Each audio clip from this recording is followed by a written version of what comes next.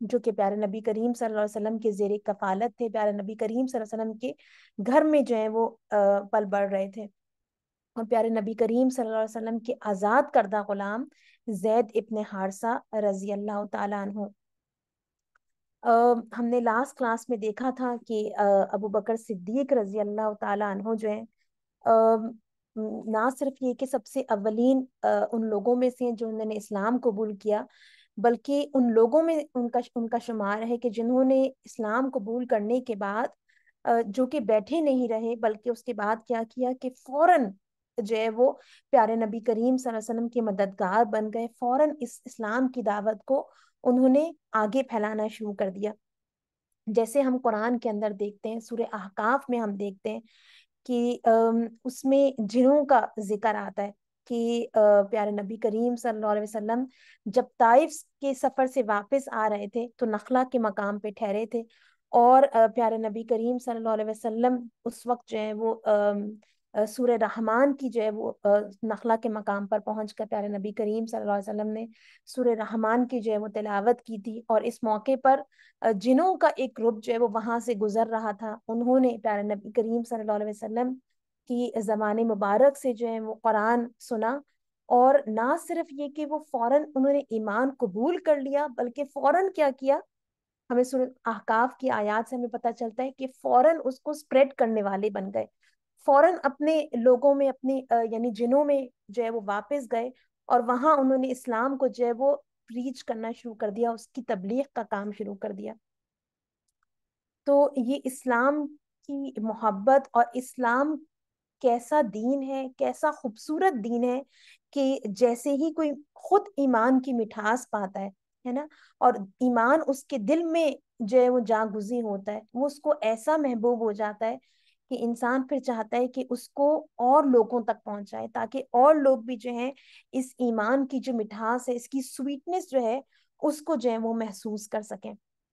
تو ابو بکر صدیق رضی اللہ تعالیٰ عنہ ایک ایسے ہی فرد تھے، اور ہم نے دیکھا تھا کہ عشرہ مبشرہ میں سے جو 5 افراد ہیں، اس میں یعنی 10 میں سے 5 افراد جو ہیں وہ ابو بکر صدیق رضی اللہ تعالیٰ عنہ جو ہیں ان کے اسلام کی دعوت دینے کے اوپر جو ہے انہوں نے ایمان قبول کیا، جن میں حضرت عثمان غنی رضی اللہ تعالیٰ عنہ اور حضرت سعد بن نبی وقاص رضی اللہ تعالیٰ عنہ جو ہیں ان کو ہم نے لاسٹ کلاس میں ڈسکس کیا تھا. اس کے علاوہ جو لوگ ابو بکر صدیق رضی اللہ تعالیٰ عنہ کی دعوت کے اوپر جنہوں نے ایمان قبول کیا، اس میں حضرت طلحہ رضی اللہ تعالیٰ عنہ ہیں، حضرت زبیر رضی اللہ تعالیٰ عنہ ہیں، عبد الرحمن بن عوف رضی اللہ تعالیٰ عنہ جیسے بلند مرتبہ جو ہیں وہ اصحاب ہیں. ہم سابقون اولون کی بات کر رہے ہیں، وہ لوگ جو کہ جنہوں نے اسلام قبول کرنے میں کوئی ہیزیٹیشن نہیں دکھائی، جو سب سے پہلے جو ہے وہ آگے بڑھ کر جو ہے جنہوں نے اسلام قبول کیا. اور سورہ توبہ کی آیت نمبر 100 جو ہے اس میں اللہ رب العالمین فرماتے ہیں وَالسَّابِقُونَ الْأَوَّلُونَ مِنَ الْمُحَاجِرِينَ وَالْأَنصَارِ وَالَّذِينَ اتَّبَعُوهُمْ بِإِحْسَانٍ رضی اللہ عنہم ورضوا عنہ وأعد لهم جنات تجری تحتها الانہار خالدین فیہا ابدا ذالک الفوز العظیم. وہ مہاجر و انصار جنہوں نے سب سے پہلے دعوت ایمان پر لبیک کہنے میں سبقت کی، نیز وہ جو بعد میں راست بازی کے ساتھ ان کے پیچھے آئے، اللہ ان سے راضی ہوا اور وہ اللہ سے راضی ہوئے. اللہ نے ان کے لیے ایسے باغ مہیا کر رکھے ہیں جن کے نیچے نہریں بہتی ہوں گی، اور وہ ان میں ہمیشہ رہیں گے. یہی عظیم الشان کامیابی ہے. وہ لوگ جو کہ اس عظیم الشان کامیابی سے ہمکنار ہوئے، جن کو اللہ رب العالمین نے سابقون الاولون کہا، انہی میں حضرت زبیر بن عوام رضی اللہ تعالیٰ عنہ جو ہیں ان کا شمار ہوتا ہے. حضرت زبیر رضی اللہ تعالیٰ عنہ کا تعلق جو ہے وہ قبیلہ قریش کی شاخ بنو اسد بن عبد العزا سے تھا. مکہ شہر کے انتظام کے لیے قریش کی تمام بڑی بڑی شاخوں نے مختلف کام آپس میں بانٹ رکھے تھے. ہم نے لاسٹ کلاس میں دیکھا تھا بنو تیم سے